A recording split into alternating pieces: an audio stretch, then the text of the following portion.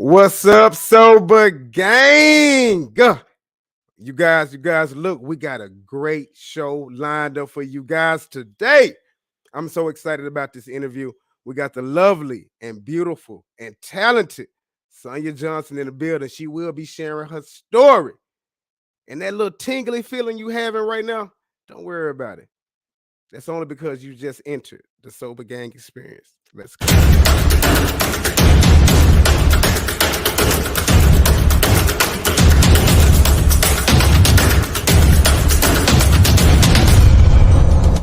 And he was going there and just a nightmare, disrupting everything, yelling, crying, all kinds of stuff, running out to the car. So if this is y'all first time to the channel, I would love for you all to go watch the recent interviews or the latest videos we did back in the day with Richie also. What's up, bro? Yo, what's up? I can't call it, man. It's another beautiful day. I have a way of navigating my way through triggers, but in the process of recovery, I've picked up a lot of tools and I've latched on and jumped in the back pockets of people with more experience in recovery. And when I have those triggers, I pick up tools. Now, this is Mr. Show Out TV, my podcast, where we talk about addiction, and we try to come up with solutions. We try to come up with ways that we can actually help people that is battling addiction.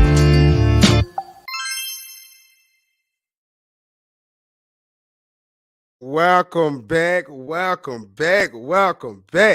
Today is going to be awesome, you guys. And if you're brand new to this channel right now, I'm your host. I'm Mr. Show Out, and I'm a person in long-term recovery. Alcoholism was my drug of choice. But I had to make a decision, right? Right, everybody? I need my congregation in the building with me because we finna rock out how we rock out, and we finna enjoy ourselves today. But I had to make a decision. I had to get myself together. And so I decided to go to rehab. And when that was like the best decision I could have ever made in my life. Literally in my life, you guys. So today, this is very, very special. I'm so honored to have Sonya Johnson in the studio with me today. We finna chop it up. And we finna inspire and motivate people in addiction, because that's what it's all about at the end of the day. So if you're brand new to the channel right now, I would love for you guys to take the time out and give this video a like, and also subscribe if you're brand new. And we're finna jump right into it, you guys. Hello. Thank you. Welcome to the channel. Sonya. Thank you so much for having me today. I love the introduction. Thank you. No problem at all. So we finna really inspire and motivate a lot of people today. And that's what it's all about at the end of the day. You ready? I'm ready. Let's do it. Let's do it. So can you tell me a little bit about how you grew up? Yeah, sure. So I grew up, I'm from Florida. Okay. So it's always been nice and warm here. There's good energy here. Something about like the salt water and the heat and the beaches. It's just a really good atmosphere here. And so I grew up thinking that the world was a really good place. Like I thought people were just inherently good people. I grew up in a 2-parent household. And then when I got a little bit older, life started happening. My parents wound up separating and everything changed after that. That whole perception of the world being this like great place kind of got shattered, and life started happening to my family. And so my mom and I moved out and the lifestyle changed, right? Because then she became a single mom who had to work full time in order to take care of me. And I'm an only child, by the way. Right. So I was very like entitled, thought everything should come to me because I didn't have to share with nobody growing up. But, like when my mom started working a lot, I was left at home a lot. So I spent a lot of time at home alone. And when I look back, I really think like that's the root of my disease, right? Now that I've done some work on myself, like loneliness and isolation and boredom and no purpose, all of that stuff. But then what happened is I started going through a lot of trauma in my teenage years. So I went from being sexually abused to being in an abusive relationship, to getting pregnant and then losing a baby, and then the father of that baby passed away. And so for me, like, that was a lot on me, and I never talked about how I felt. I just held on to everything and stuffed it all inside and just, like, suck it up, don't talk about how you feel. Like, that's where I was at with it, right? And Right. so when I found drugs and alcohol, that was the answer. That You know was what I'm it. saying? That was it. That was the answer. It made it all go away. And I didn't feel lonely or bored. It gave me for a moment, if this makes any sense, like belonging and purpose Right. when I first started using. Right. Right. Mhm. Oh, it always makes sense. When we going through stages in our life and we find that one little thing, or we think we find that one little thing, Sonya. And sometimes, it's an old saying go, when you take the panties off of them drugs, it gets you every time. So we always fall victim to that sometimes. So I can always say that we all go through that. What was it like being in active addiction for 20 years? Man, it was 20 years. So I started using drugs when the first time I put a substance in my body was 11 years old. And when I finally got arrested at my last arrest, not the first arrest, but the last arrest, because there was many in between that, right? All right. But this last one, I was 34 years old. And so we're talking about 23 years of using some type of substance. And so in the beginning, it was fun. Like, I partied on the weekends. We had fun with our friends. We were wild and young and free. I don't know if you remember that song, but it's like, Yeah. you know what I'm talking about? Yeah, wild and young and free. Yeah, well, Wiz Khalifa. I know exactly what you're Yes. talking about. Uh-huh. Yeah. Wild and young and free. I understand. Yes. When we were just living life. Living life. Mhm. Yeah, that was my anthem, right? That was the party anthem for me when I was a kid. I thought I was having fun. And in the beginning, I was. But Right. then what happened is, and this is what I try to tell my kids today, right? If you're smoking weed and drinking with your friends, that crowd, eventually one of those people is going to have a different kind of substance, right? And Right. if you're drinking and smoking, and then one of those days you're going to wind up using with them. And that's Right. what I did. I started using other substances. Mhm. And immediately my first DOC was cocaine, and I fell in love with it. I mean, I remember everything about it, the way it felt, where I was at, who I was with, the way that it smelled, what I did. I mean, I remember everything vividly because it changed something in my brain, right? The Mhm. moment that I had it, all I wanted was more, but I was never able to achieve that feeling that I had the first time, you know? It's Right. like the great deception. Yeah. And so what happened is I went through that addiction, and then I substituted, founded another addiction, because I always thought that I could manage the problem. And if I just stopped using this substance and I started using this substance, then it would be okay, or I'm only going to use so much money, or I'm only going to do it on the weekends, or I'm going to sell drugs so that I'm not actually spending my own money. But no matter what I did, I always wound up in the same place, broke, busted, rock bottom. That's Right. where I always wound up. Right. And so the consequences didn't really start adding up on me until later in life. But I knew from the time that I was 18 years old that I was an addict. I wasn't ready to admit it, but I knew that my drug problem was a problem by the time I was 18. And so I don't know if you want me to talk about like where it got really dark at, or I'll just give you that for right now.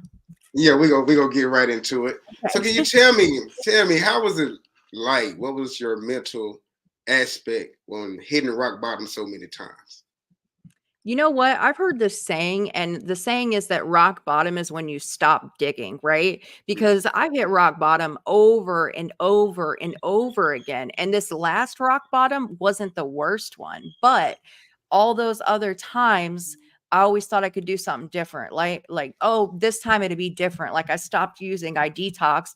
This time I can just manage my addiction, or this time I'm going to try a different type of drug, or, I just never had the willingness because quite honestly, I never thought that not using was a solution. Like I thought that was the answer. That was my only solution. So how could I not use? It was the only thing that made me feel better. It was the only thing that made me be a outgoing and bubbly person. It's where I had friends that like it gave me everything, or so I thought at that time.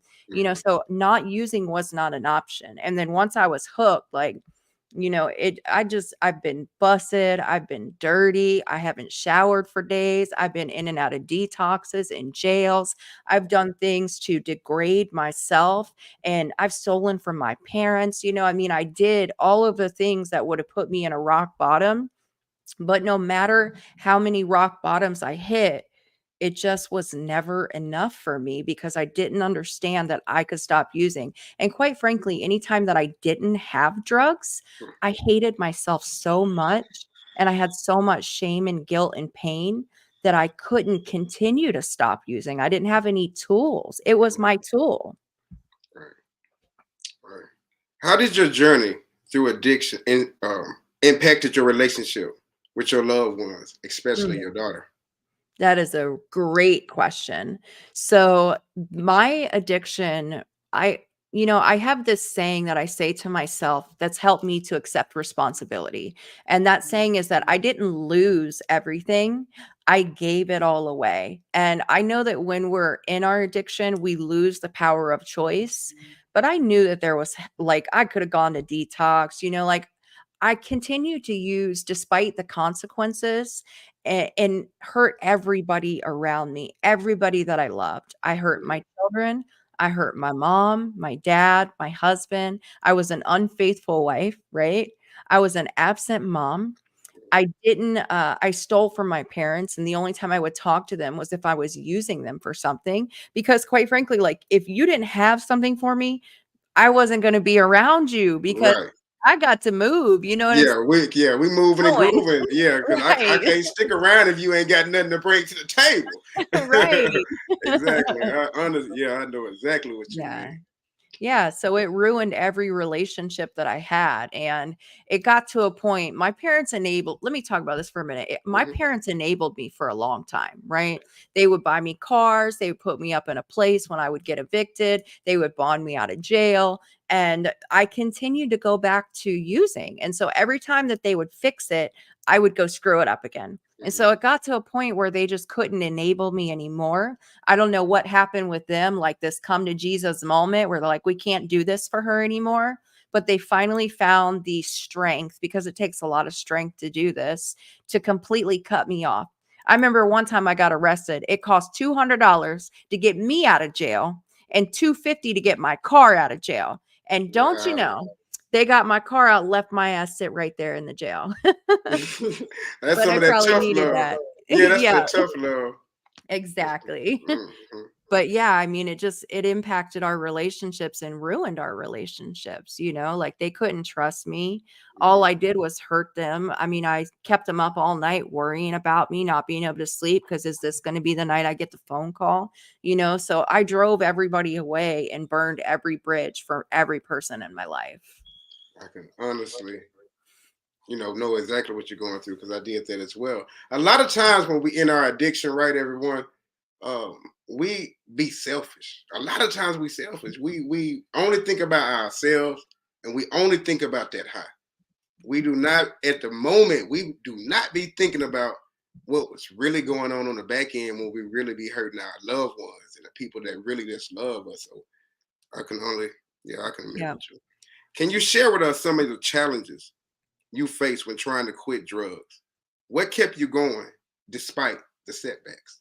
Yeah, absolutely. I think the biggest challenge for me is that I didn't know how to not use drugs, because there got a point in my life where I knew I needed to stop and I used against my own will. Like every day I would tell myself, tomorrow I'm going to stop. And then tomorrow would come and I would use again over and over and over again. And I think the reason I did that is because I didn't know how to stop. And so I would say that that was probably like the biggest challenge for me. I didn't understand how to stop and I didn't understand addiction, right? Like, I didn't know that my brain was telling my body that I needed this, just like I needed air or food or water. I didn't understand that. So I just thought I was like a bad person. You know what I mean? I thought I was a bad mom, a bad person. But what I know now that I didn't know then is that I was just really sick and I didn't have the choice. Like, I lost the power of choice. And so I think that in order for anybody to be successful in recovery, regardless of what path you choose, you have to have tools in your toolbox to know how to not use. Like, when that obsession comes, when that thought hits, what am I going to do? Because what I always did was I just used because I thought that was the only option, but today I know, like, call somebody, talk about it. Go for a walk, go exercise, say a prayer, whatever that is. There are tools that we can use that help you to get through those feelings. And then you get to the other side of them and you're like, dang, I did it. Like, I didn't use. And that's a big deal for somebody like me. So I think it was just like the lack of understanding about how it works and what I was going through, like that shame and guilt. Yeah, Mhm. absolutely. In what ways did hitting rock bottom in jail contribute to your decision to get sober? Okay, I got to tell you my jail story. Go Okay. ahead. So before I got arrested, my husband and I had separated because I was not doing him good, right? I was running around using, doing whatever I had to do to go get more. So you can use your imagination what that Right, means. right. And so that led us to separating. And I got arrested on my birthday, which, by the way, I was not happy about. But when I look back on it today, I'm grateful for that. That was a great birthday present, actually. Right, right. Because it started the sequence of events in my life that led me to getting clean. So I went in and out of jail over and over again from 2018 until 2019. Well, on one of the times that I was arrested, I got caught in the probation office trying to falsify a drug test.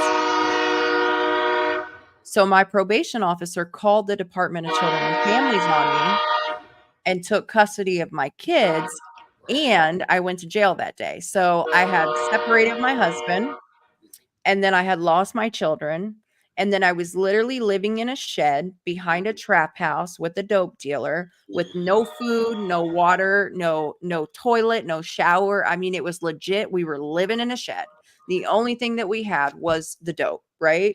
Right. And so that was where I was like, every day I would tell myself, today's going to be the last day. Tomorrow I'm going to go get help. But it never happened until I finally got arrested for the last time because my mom called Crime Stoppers on me. I don't know. You know what Crime Stoppers is? Yeah, I remember. Okay. I remember. Yeah. She got paid $280 to turn me in on my felony warrants. Yeah, she said she got that money. I know Yeah. what I know what she get. Yeah. Yeah. Yes, ma'am. So when I got to the jail, though, I went through an awful detox, like the worst detox ever. And I wasn't allowed to talk to my kids. My parents would not send me any bail money or any commissary money. I had lost my husband. Like, I had lost everything. Right. And I didn't have my only coping tool, which was the substances. Right. So I didn't have the only thing that ever made me feel better. And I had to really sit in my shit, for lack of better words, Mm-hmm. and see what had come to, what my life had come to. And I'm in jail. Like, I did this. These are the results of my actions. And that moment in jail, I call that my gift of desperation. But that moment that I had in jail was awful. It was painful. I was so spiritually broken and just, it was such a dark place. But again, like I said about being grateful for what happened on my birthday, getting arrested, I'm grateful for that too, because that tells me where I don't want to be again. I don't ever have to go there again either. As long as I don't pick up one day at a time, and as long as I do the next right thing to the best of my ability, because guess what? Sometimes my ability ain't all that great. Exactly. Right? Exactly. So that's what I Yeah. love to tell a lot of people. When you in your recovery, it's very, listen everybody, it's a 24-hour job. This just do Right. not end overnight. Every day you wake up, every moment of your day, you live in recovery. So you got to maintain your sobriety, and you got to just take it one day at a time, one foot in front of the other, as I love to say, because it's very difficult. It's hard. It's easy to relapse, but it's very, very difficult to remain sober and remain clean. That's so true. Yes, That's so true. Like doing the wrong thing is easy to do. Doing the right thing takes courage and strength. But doing the wrong thing may feel good in the temporary, but you're going to pay for it in the long run. Doing the right thing may be hard in the temporary, but you're going to be rewarded in the long run. Absolutely. Absolutely. How did almost losing custody to your daughter affect your motivation to turn your life around? So when I was in jail, right, I was looking at going to prison and they were offering me 20 and a half months in prison. I have 2 sons, by the way. So they were offering me prison and I was 5 months into what was supposed to be a 12-month case plan. By federal law, you got 12 months to get your kids back. If you can't do it in that 12 months, you're going to lose your rights. And so I knew that. And so I was 5 months in, I was looking at going to prison. And I had come to this point where I was like, you know what? Maybe my kids are better off without me. I ain't never been nothing but a bad mom anyways. Maybe they would be better for somebody else to raise them. But what happened is I met this lady in the jail and she would come bring in meetings in there and she saw something in me that I didn't see in myself. And I remember specifically one time in her meeting sharing that I'm 34 years old. I've never done anything right in my entire life. Why even try? Like, why bother? I'm nothing but a failure. Like I said, that I didn't see in me. And so the day that I went to court, I was supposed to be taking an offer to go to prison for 20 and a half months.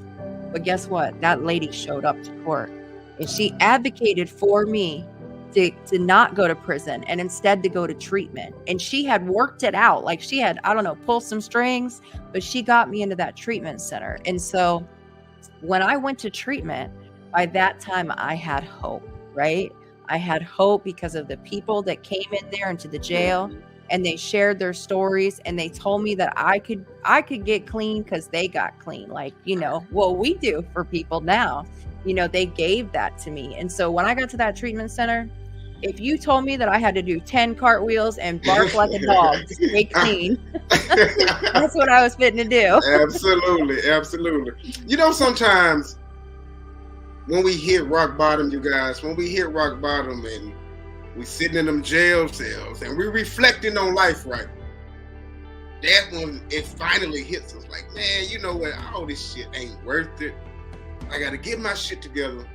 I got to figure out a way to really just, you know, get all the luster up. You got to muster up a whole bunch of luster and just try to just go out there and fight these demons, because we be so accustomed to what we've been doing, and it's very, very hard. So when we at that crossroad, that's when we gotta really just stand 10 toes down, and we gotta fight this, man. Exactly. I love that you said that because I think that's what happened to me. I made this decision that whether I win or lose, I'm going to go out swinging no matter what. Right. And that's exactly what you did.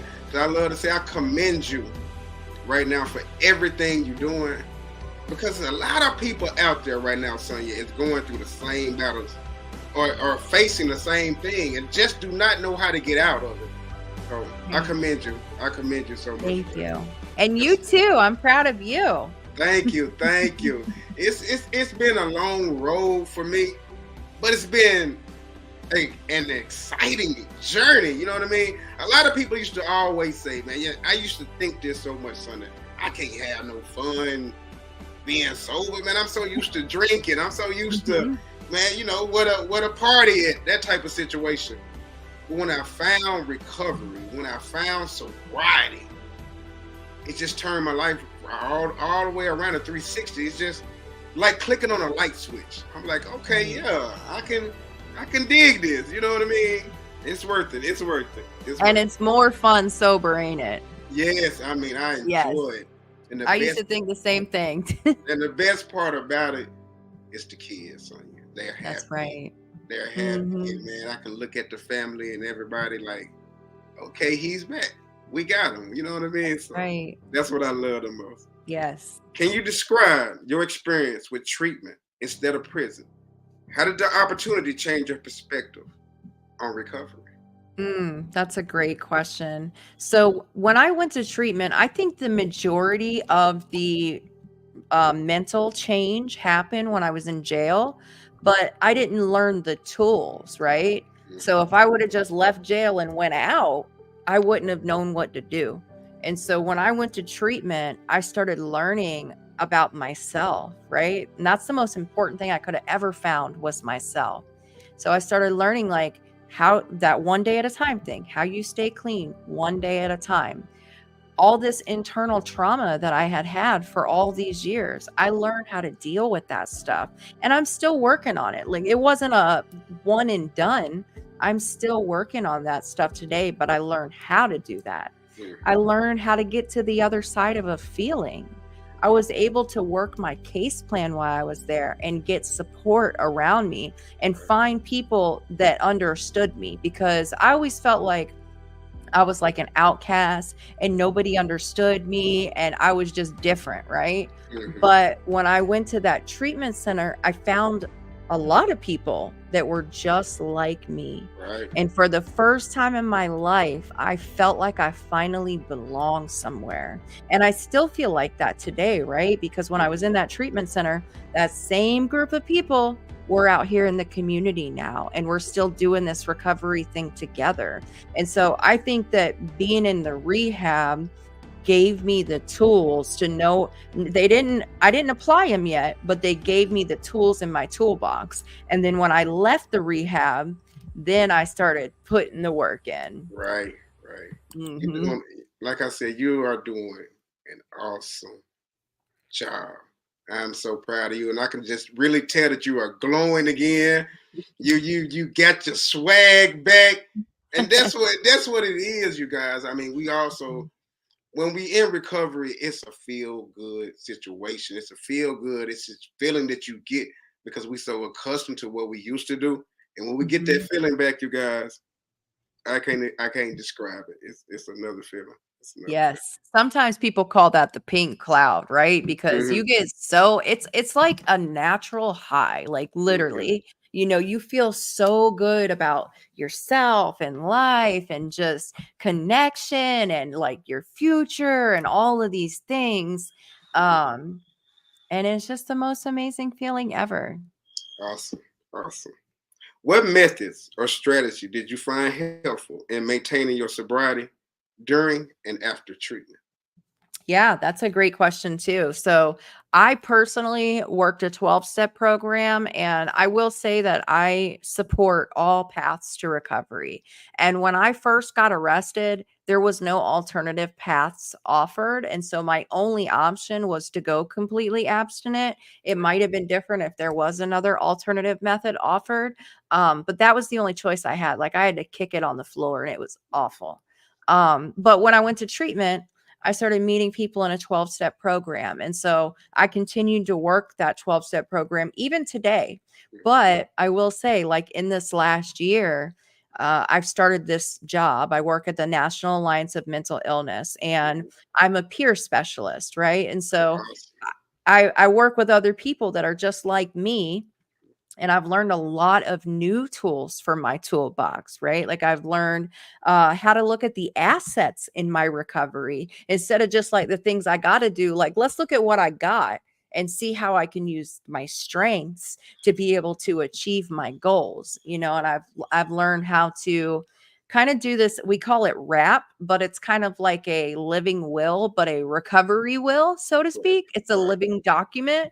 And Mhm. so we talk about like crisis planning and strengths based and your recovery toolbox and your support network, and there's just so much stuff. So I think that as we grow in our recovery journey, we get to add all kinds of tools to our toolbox. And so I got my 12-step program, I got my recovery program with my people from my work, the connections, church, like I got it all. Right.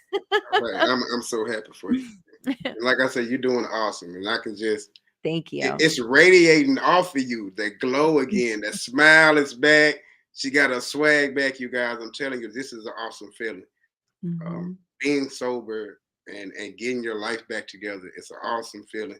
So if anybody out there right now, if you battling addiction, I'm telling you, y'all, just try to hang in there.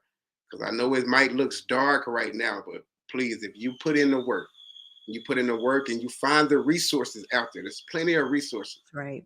Yes, you got to try to search them resources in your local community. It's a Mhm. lot of resources: outpatient, inpatient, residential.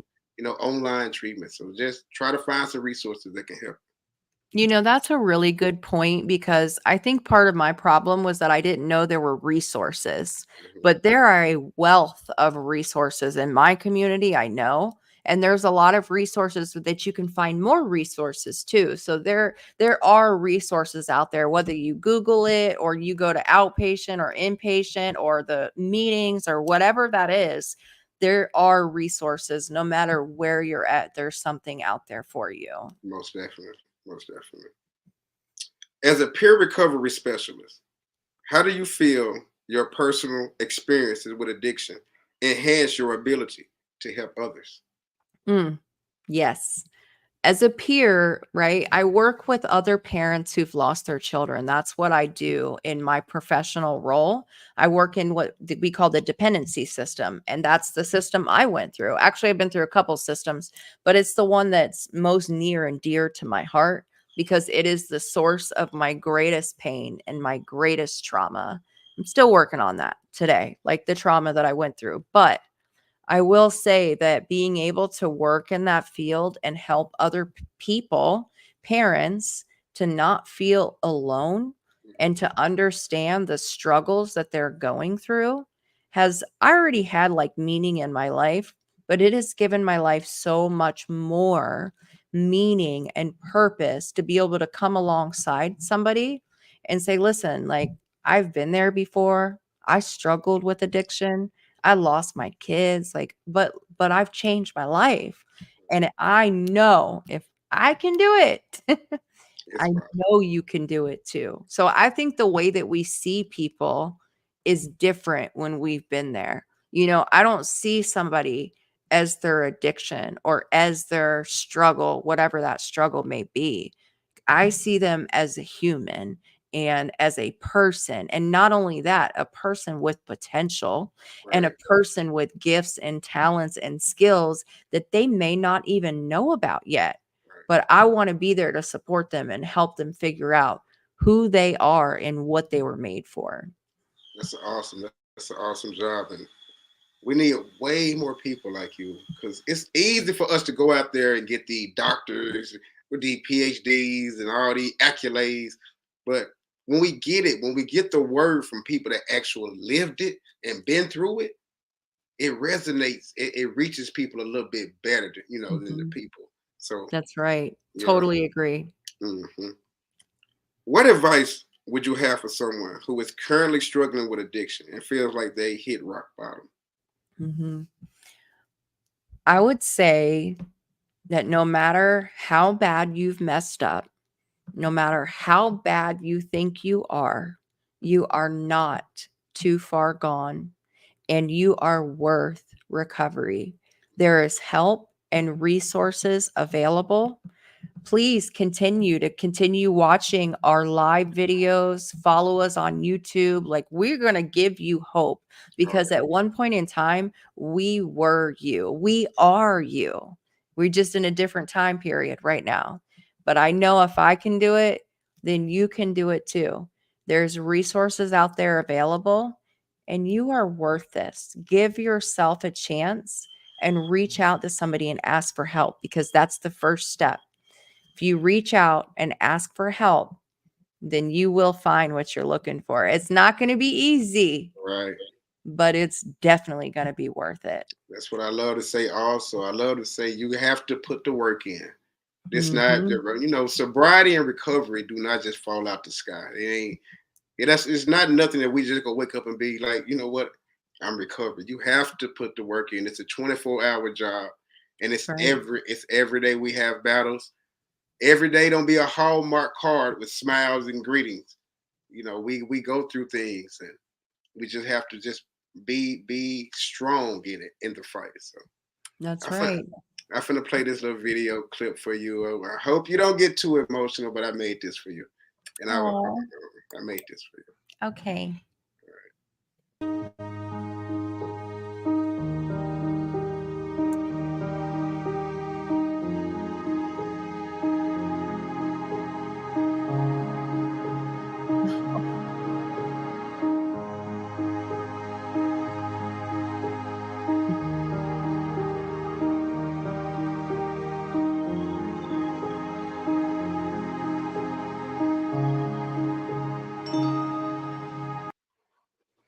Oh, I love that.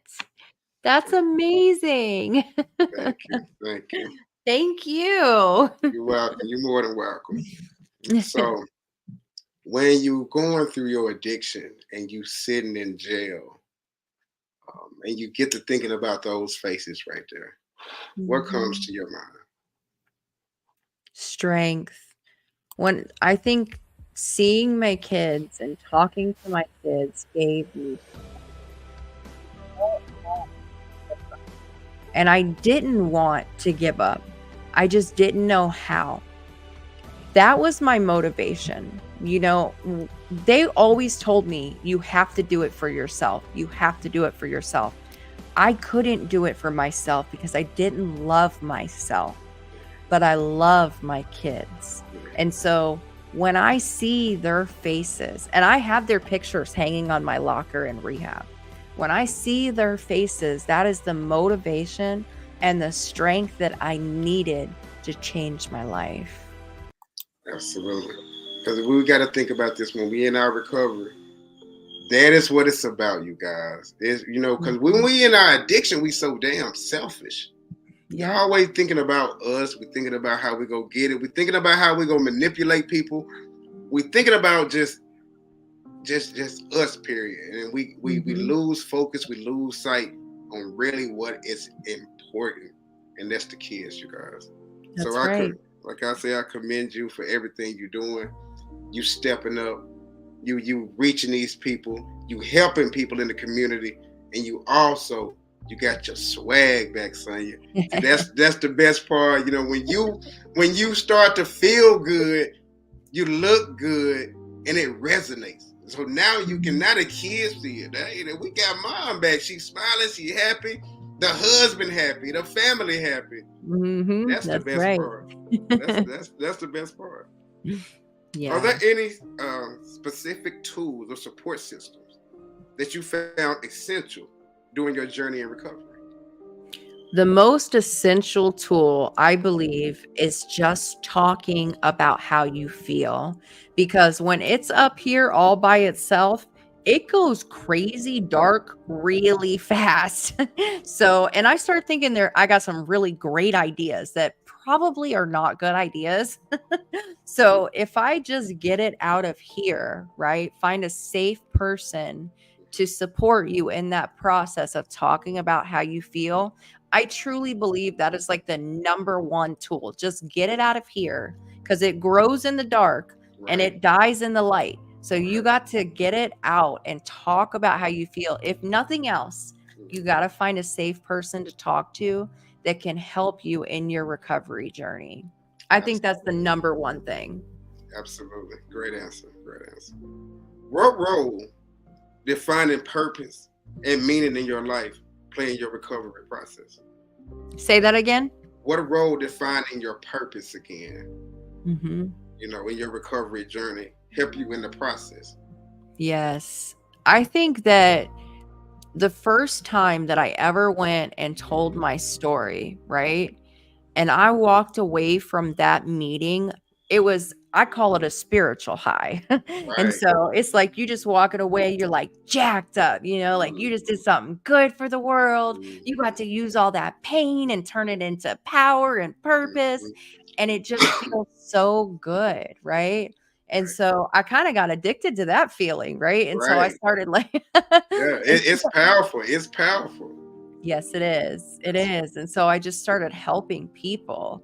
And in the process of helping people, like I figured out I'm really good at doing that.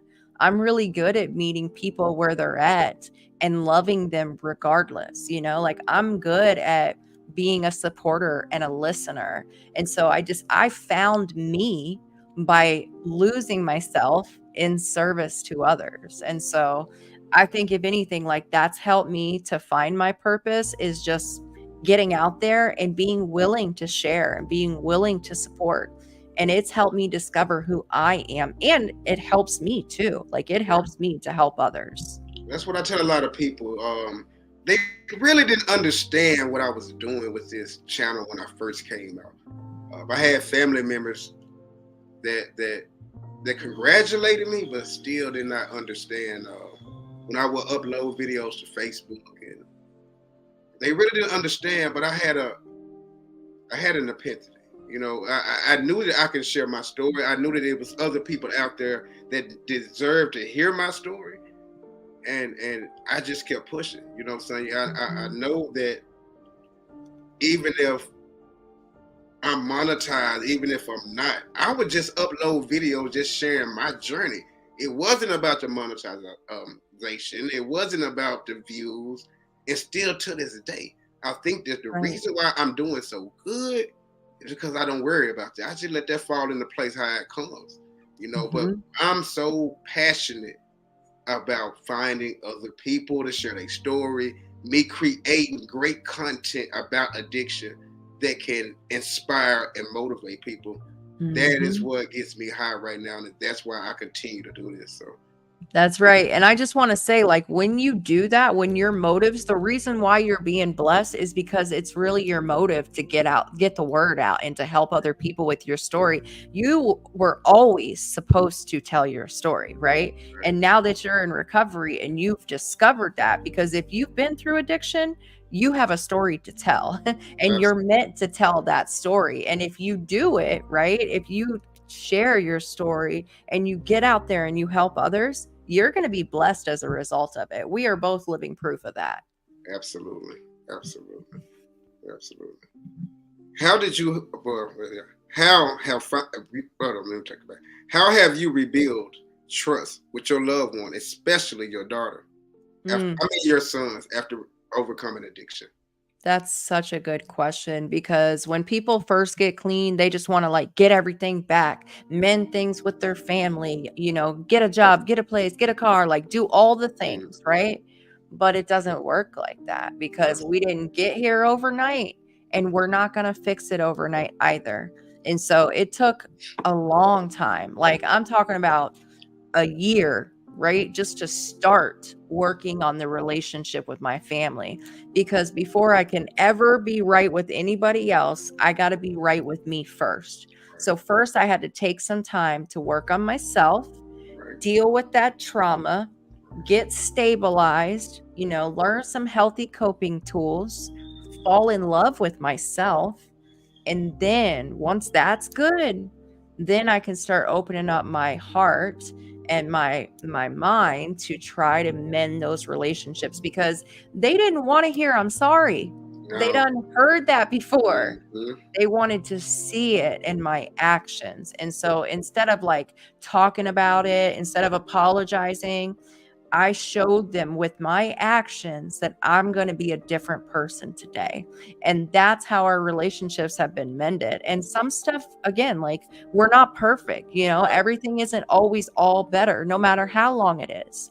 So there's still some stuff that I'm working on, but I know that my family, my children, my husband, they deserve for me to work on this as long as it takes, because they have the right to feel however they feel. Their feelings are valid too. And so I got to respect that and honor that. And I think through that process, it's really helped to mend those relationships. That's what I love to say. Because when we in our addiction, you guys, right? When we in our addiction, we it's a lot of relationships that we break. And a lot of times we have to let the people who we have let down, we have to give them time. Just because we get out of rehab and we say we think we're good, them old scars and those wounds that we have caused are still there. We have to give a lot of people a lot of time, and sometimes it might take longer than others, you know. But we have to give them a little time to see that. And plus, we got to put in the work. When they start to realize that we are putting in the work, that's when they can probably come in a little bit slower. But it's a lot of old wounds and a lot of things that we have caused when we in our addiction, and we have to give a lot of people time to heal. That's right. Yeah, that's the great word for it. Yep.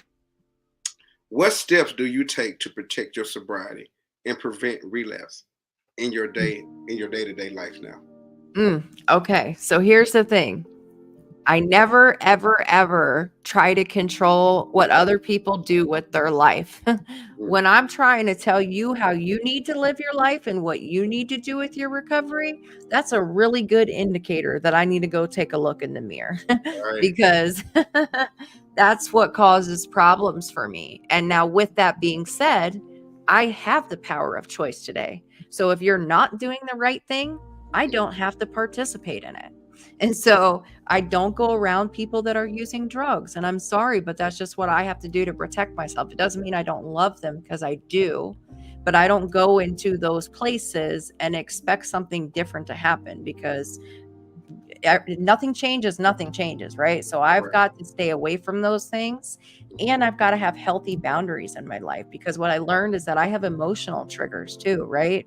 Like anger and sadness and rejection and abandonment. Those are my emotional triggers. And so I got to put up boundaries with the people that I love, because I'm not always going to be able to avoid triggers, right? But if I put boundaries up, I can at least protect myself to the best of my ability, which protects my recovery. And so I try to be a woman of integrity to the best of my ability. Absolutely. I put up boundaries. I don't go around the dope house. And I don't tell people what to do with their lives. I try to either love them where they're at, or just do me, right? Because I think sometimes people get caught up in that a lot, but we really just got to focus on ourselves. And I guess that's what I'm trying to say. I focus on me, right? And once my cup is full, then I can pour into another cup. Awesome answer. You on the road. You are on the road. Let's go take it back a little step. That moment when you was in court. Tell us about the moment that changed the game for you. Yeah, that was the moment. I mean, I was in the courtroom. I had been in front of that judge several times already that year because I had been arrested other times. And so he was ready to send me to prison. But like I say, like this woman, and I'll tell you this much, actually, let me back up. Right before I walked into that courtroom, I was in the holding cell by myself, and I said a prayer, and that's where I surrendered at, right? I said, you know what, God, if you want me to lose my kids, fine. I get it, right? Maybe they would be better off without me anyways. But if this like stuff that these women about recovery, if that's true and it's for me, then I surrender to that right now. And when I walked into the courtroom, that lady was in there, and I didn't know she was going to be in there. And so she advocated for me to go to treatment instead of prison. I was literally supposed to walk in and sign an offer for 20 and a half months in prison. I thought that's what I was doing. And so it was a literal miracle that this woman was in there and I didn't have to do that. And so the judge told me, he said, listen, I'm going to send you to treatment today. And then I was on a year of house arrest, followed by a year of drug offender probation, like zero tolerance. So I had very hefty probation, and I had violated many other times in the past. So I'm like, man, this is a setup. But anyways, the judge told me, he said, if I see you back in this courtroom, you will be going to prison for a very long time. This is your chance, right? And so in my head, I'm like, this is my 8 Mile moment. You know what I'm saying? Like, this is it. And so I took that thought and turned it into willingness and passion to do the thing that I've wanted to do for so long. Because I always wanted to be a mom. I always wanted to be clean. I always wanted to be a good person. I just didn't know how. And so that gave me like the tools, and it literally changed my life from that moment forward. Wow. When they said that they were going to send you to treatment instead of prison, What came over you right there? Oh, I think I started crying, honestly.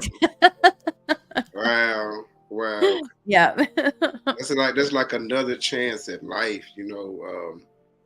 Things could have went a lot different. God is really looking at you right now, and He's really working with you, Sonya. And Mhm. you got to give Him all the praise because That's right. we're nothing. Amen. We're nothing without Him. We can't do none of this. None of this is possible, you guys. You think that it was about fate that happened? God allowed everything to happen just like that for that day in court, for you to be doing exactly what you're doing, for you to be a peer recovery specialist, for you to be out here really just stomping the ground, preaching and yelling and shouting out recovery. It's so amazing that we just need it. We need way more people like you to be doing this. So I Thank commend you. you and I applaud you for everything you're doing. I'm glad my girl got her swag back. You know Yes. what I'm saying?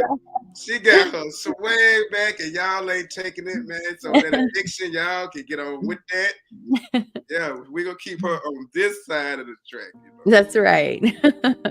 Tell us about the story about your husband and Mhm. the story behind that. So my husband and I were in our addiction together for a very long time. And it got to a point where he started to get really, really sick. Like we would be using, and then he would like have these really, really high fevers, and he would go in and out of consciousness, and he would be under the blankets, like shivering and sweating at the same time. And so we knew something was wrong, but we didn't exactly know what. And so I eventually convinced him to go to the hospital. Well, in the hospital, they told him that he had a bacterial infection in his blood, which was a Staph aureus infection. It had spread into his heart, it had spread into his lungs, and it spread into his kidneys. And by the way, he had kidney failure. And so it was not looking good. And for 6 months, right? Like, well, let's say for the first 2 months that he was in there, every day we didn't know if he was going to be alive the next day. Every day that could have been his last day. He got down to like 130 pounds, and my husband's like 6 foot tall. Wow. So as you can imagine, his legs were like the size of my arms. It was so scary. And he had endocarditis from using drugs, and it was a complication from using drugs. And so they didn't want to help him because he was a drug addict. So they weren't going to give him the surgery if he needed the surgery to replace his heart valve. And literally, it was truly by the grace of God that he survived that. And then he eventually started to get better after spending 6 months in the hospital. And then after he got better, this is how good God is, right? After he got better, he went across the street to the outpatient doctor. Mm-hmm. And they told him that he had 5 years to live if he did not use. If he continued using, it would be even less. Well, let me tell you something. That was in 2017. Right. And 2 years ago, I took him back to the same doctor, and they said that he has been completely healed. Heart, kidney, lungs, everything completely healed. That's God right there. God will work miracles. I'm telling you guys, God will work miracles. You just have to believe, man. Look, you guys, I cannot tell you guys what to do with your life. But I know one thing about it. This recovery and this sobriety, this shit is what it is, man. I mean, I battled with alcoholism for so long, you guys. You know, when I finally made the decision, sometimes you just got to look yourself in the mirror. When I looked myself in the mirror and didn't recognize something, I did not recognize the person who I was. I was always a person that always smiled, always stayed nice dressed. And when I was looking at myself, I'm like, no, this ain't what it is. You know what I'm saying? That's right. And so when I called that facility, I knew it was time. So sometimes you guys, if you're out there listening, you just have to look at yourself sometime. And when you, I guess, what's the old saying? When you're sick and tired of being sick and tired. That's right. And when you get to that point and you like, man, this shit ain't what it is. That's when you know. So Sonya, I'm finna get off into the game where I ask a lot of little questions. Okay. I would like you to answer this question for me. Okay. My name is Sonya, and I am A recovering addict. awesome. Answer. Awesome. Okay, finish this sentence for me. Today, I will not. Use drugs, hurt myself, or anybody else to the best of my ability. Awesome. Awesome. Okay, finish this one for me. Today, I have learned. How to love myself and treat myself and others with respect.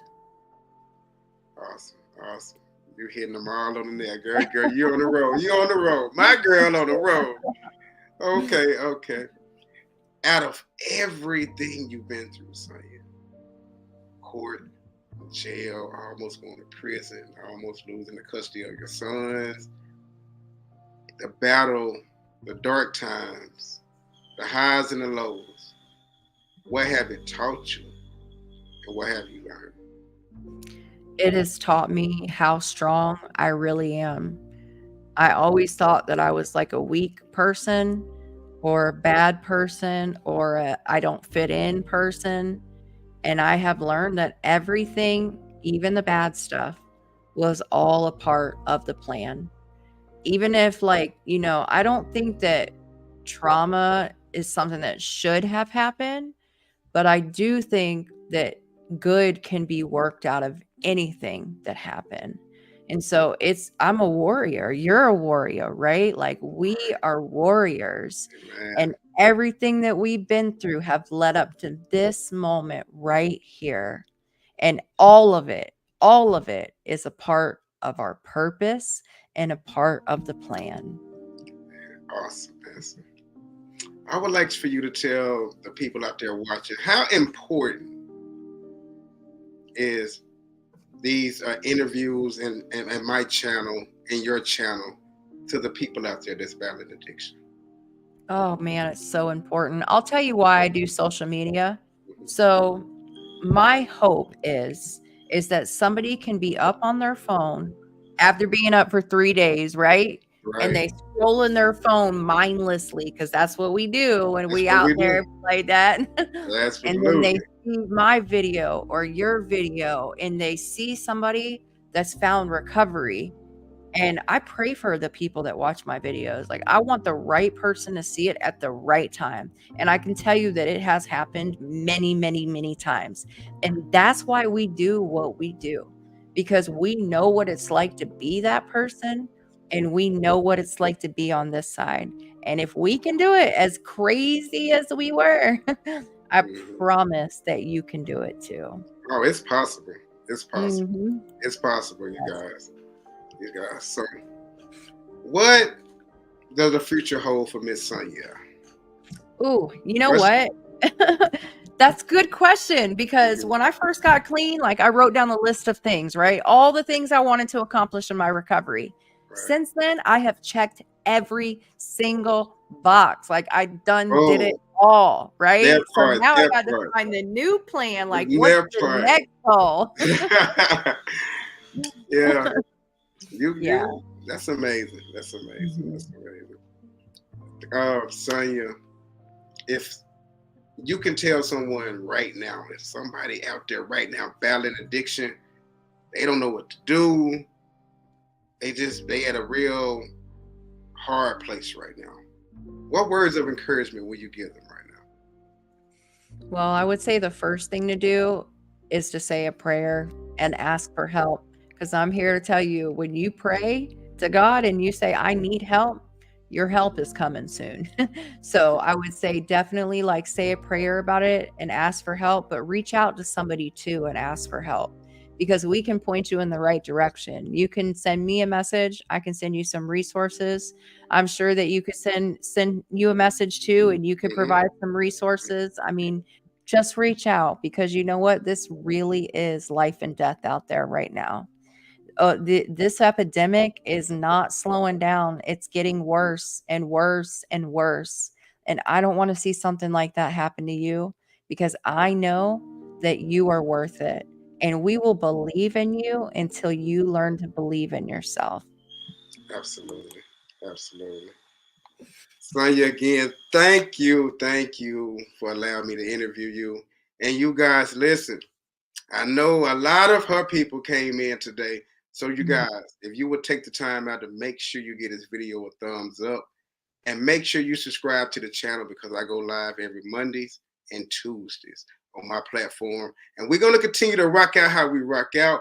We're going to continue to bring you positive and very impactful information and content about addiction.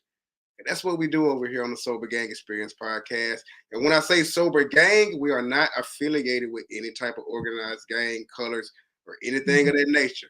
When I say gang, is that we are a unit of people who we come together to try to inspire those battling addiction. So make sure you subscribe to the channel if you're brand new. Make sure you leave a comment down below. And if you're going through anything, I will always have my link and my email. You can email me if you want to become if you would love to be on the show, email me as well. Sonya, thank you. Thank you. I'm so glad that we did this. This was fun. Thank you. Thank you. I'm so glad we connected and continue to do what you do. Never stop. Like I said, I can see you. You know, you got that aura around you back. You glowing. You got your swag. You swagged back up again. And plus, I know the kids love it, and the husband love it, and the family love it. So that's right. let's Thank continue. you. Thank you. I'll see you next time. Okay. All right. Bye-bye. Bye-bye. There you have it. There you have it.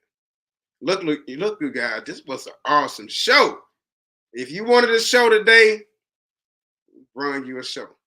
And we're going to continue to do exactly what we do, right?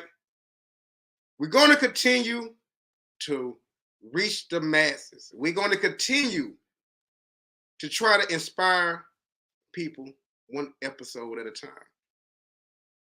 You guys, I would love to say thank you again to Miss Sonya Johnson for coming on the show today and giving her testimony, giving her story. It was awesome. I know we're gonna do this again. So I'm planning on probably having Miss Sonya on again. So I would love to say thank you again, Sonya, for a great interview. You guys, I'm telling you, looking at what she's been through and look at her now. It's possible. Recovery is possible. You have to want it. You have to want it. So thank you guys for tuning in with me. I'm Mr. Show Out TV. And this is the Sober Gang Experience podcast. You just entered and you just had a little feeling of this Sober Gang experience. I hope you guys love this video, man. Make sure you comment, share, like, and subscribe. Till next time. Yeah. Welcome to Mr. Show Out TV Recovery and Addiction YouTube channel, where we hope to inspire those battling addiction. Please subscribe and like the channel. Make sure you click the notification bell to get notified whenever we broadcast. Thank you and enjoy the show. To support the channel, you can send donations to Cash App $Mr. Show Out TV. So please don't wait, subscribe now. Together we can help and give inspiration to millions of people.